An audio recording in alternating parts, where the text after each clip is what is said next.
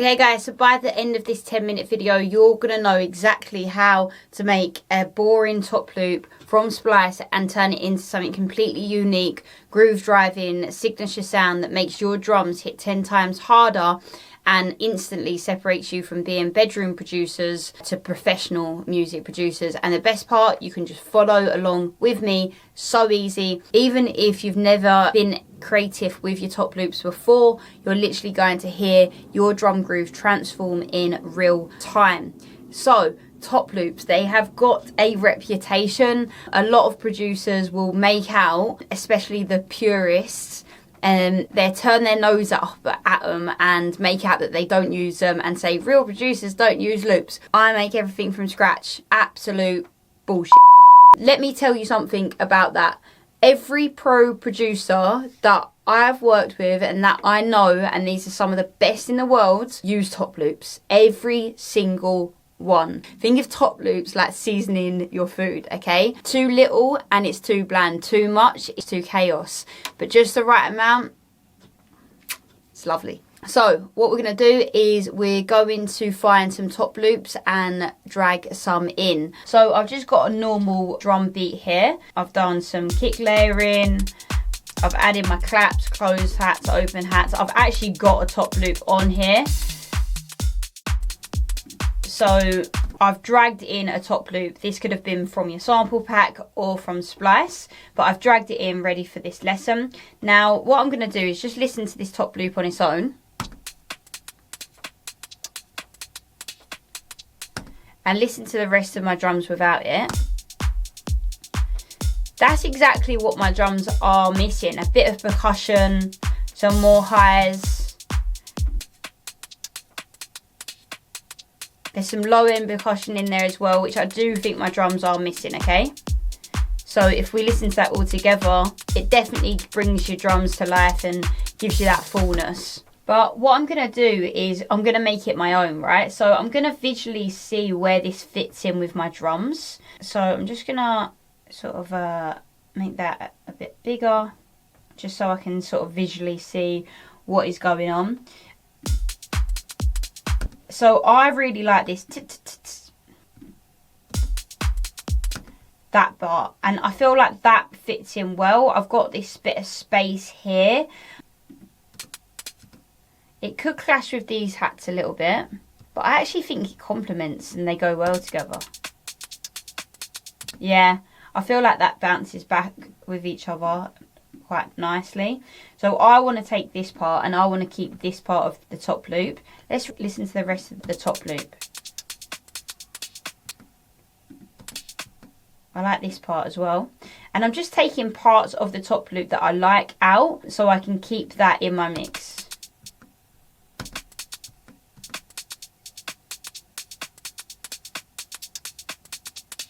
I think for now I'm just going to get rid of that top loop and keep this stuff in here, and then I'm going to visually see where I need to sort of fill out my drums basically.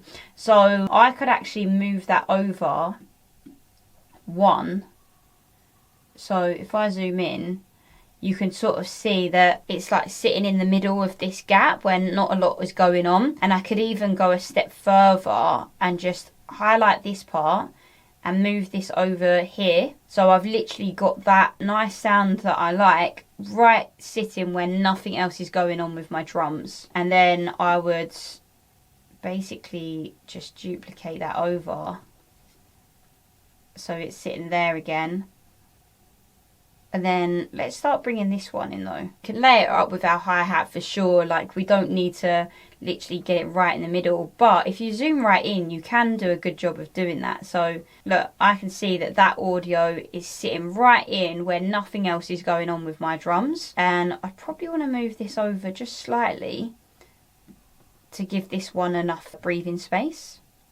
Yeah, I reckon that'd be nice actually. I'm just going to shorten that because I think that could be, you know, just to sort of like allow that kick again to just like come back in strong. And yeah, so now I think that we can take this full top loop out and just have this part in between where we've not got a lot of stuff going on. So if we have it, maybe duplicate that over one more.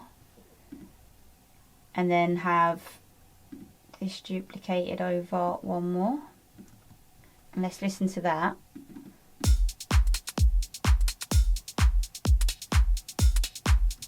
So I feel like we need a bit of variation there, so maybe swap these around and have this like so.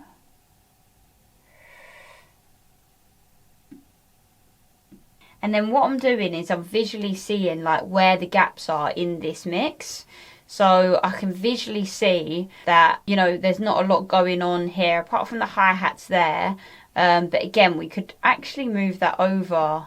Let's just listen to this for a start. Yeah, I like that. Can you hear that top loop coming in? But just the parts of it that we like, we've created our own top loop out of the parts that we like. And I think that sounds really cool. So you could actually go a step further and actually, I'm going to hold down Alt and bring in 2 at the end of that bar. Duplicate that over.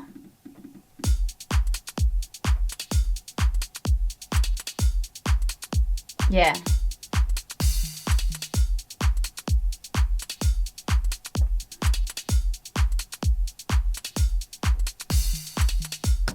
And you can see there's a lot of call and response going on here. You can visually see it. So it's going, you know, we've got our clap, we've got a part of the top loop here. We've got the hi-hats going on all the way through it. So I'm not too bothered about looking at those. But we've got the clap, part of our top loop here. And then we're going back to an open hat, which has got more sort of like presence to it.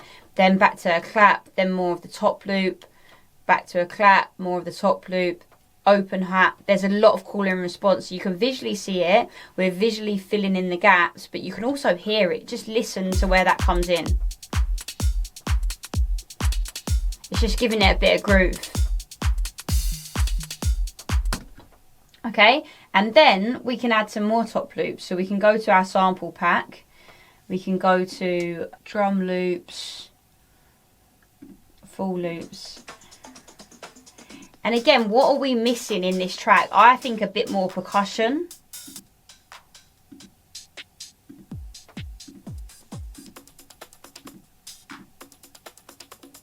We could do something with that. So I'm going to drop that in there for now.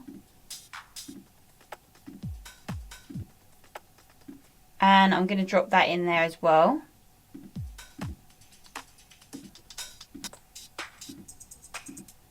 We've got a lot of highs going on. I'm more looking for some like weird glitchy sounds. Literally, as I've said that, it's a weird glitchy sound there.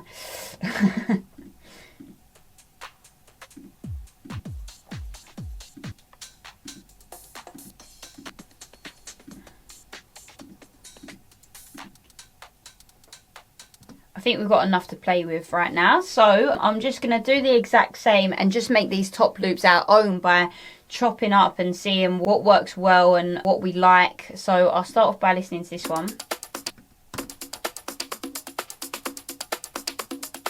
Maybe just this part.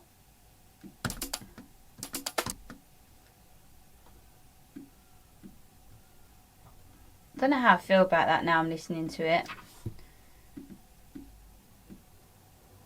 I feel like that fits in quite well. There's not tons going on here. So I could have this.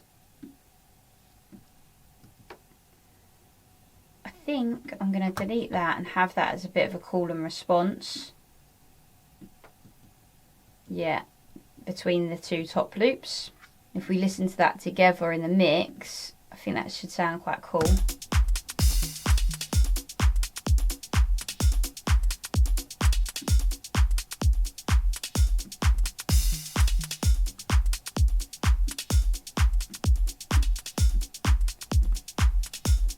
That really gives it something, doesn't it?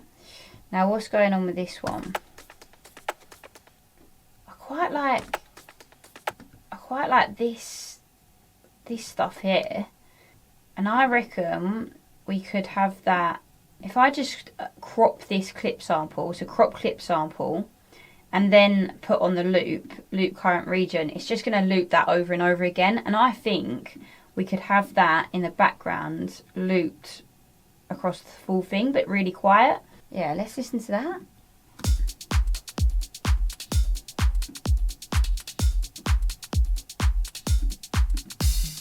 Turn it on.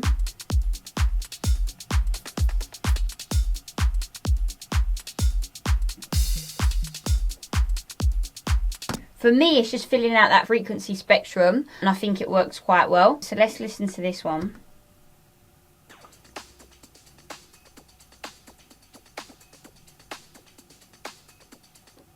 I like that at the beginning, that first bit there. I said I wanted something weird and glitchy. That was exactly what I was looking for. Get rid of that. And then I want that sitting where the kick punches. And then I want this in between these two top loops. But I'm going to shorten it and then fade it out, so it's coming out as that other top loop is coming in. And what I'm going to do, I'm also going to fade this a little bit, so it's allowing the kick to punch. We don't want anything to sort of like mess with our kick. We want our sort of kick to sort of come through and punch. So I'm just going to use the faders to crop that out a little bit. Then I'm going to go a step further with this one. I'm going to Command J to consolidate it. And then I'm going to pitch it down a few semitones.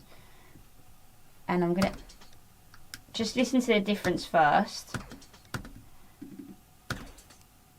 And now pitch down. And then bring the gain up.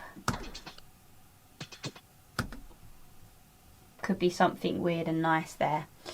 So let's listen to that.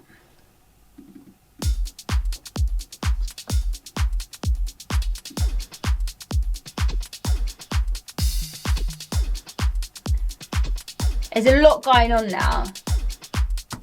There is a lot going on now. I think we need to... I really like this, but I feel like it's clashing with this here. So I think we need to take this out. And then play it. Yeah, better.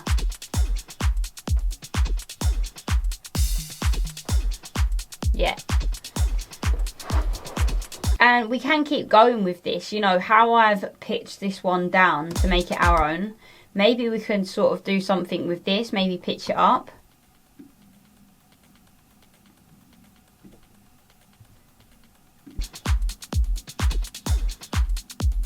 Yeah, sounds better. Just start making these samples your own. Pitch them up, pitch them down, chop them up. Make sure they're calling with one another, calling and response, and then singing with one another. They're complementing each other, so it's not clashing with your kick. And this just makes great top loops become unrecognisable, okay? And nobody could recognise this. These are your loops that you're sort of designing and putting together. You could add an auto filter to high pass and remove the lows just so it's not sort of you know, clashing with kick anymore. So if I group these top loops, rename top loops,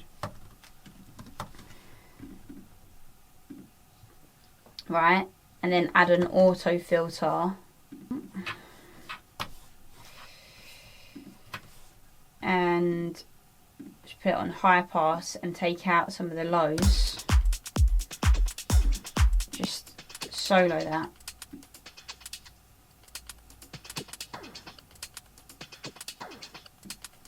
Then that really is, it's just complementing your kick and singing with your click rather than sort of like trying to overpower it. What we could do is add LFO movement as well. So just putting the LFO amount up, and this basically brings it in and out just to give it a little bit of movement. You can also add a flanger for width and movement as well. So I'll just show you what that's like.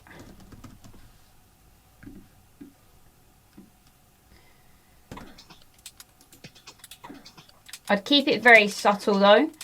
So just bring the dry and wet in.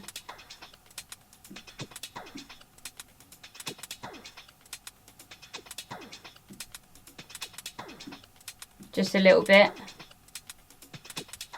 And it just makes it sound a little bit more weird, gives it a bit more width for movement. You can also add a grain delay, so I'm just going to drag a grain delay and then put it on random pitch.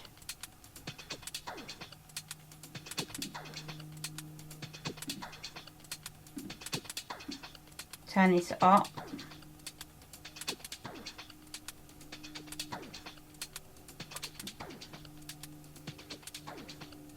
And then what you can do is automate that. So, automation. And then automate it so it goes up and down. So it goes like this. And then just copy that automation. So highlight that. Copy, paste. And then put it.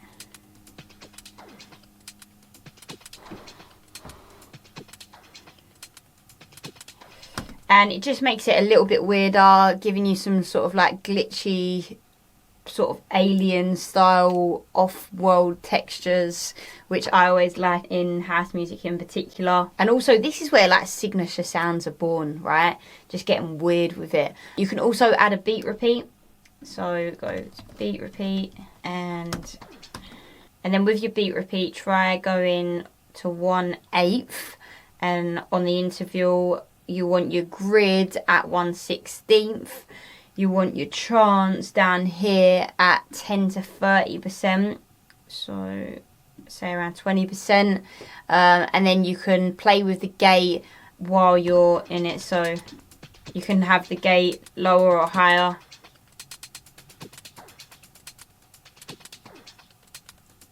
Depending on sort of what you're looking for.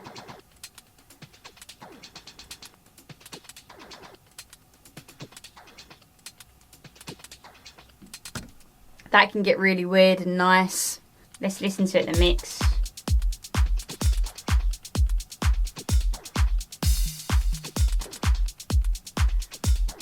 And if we turn all of these effects off a minute to hear it, and then listen to them with.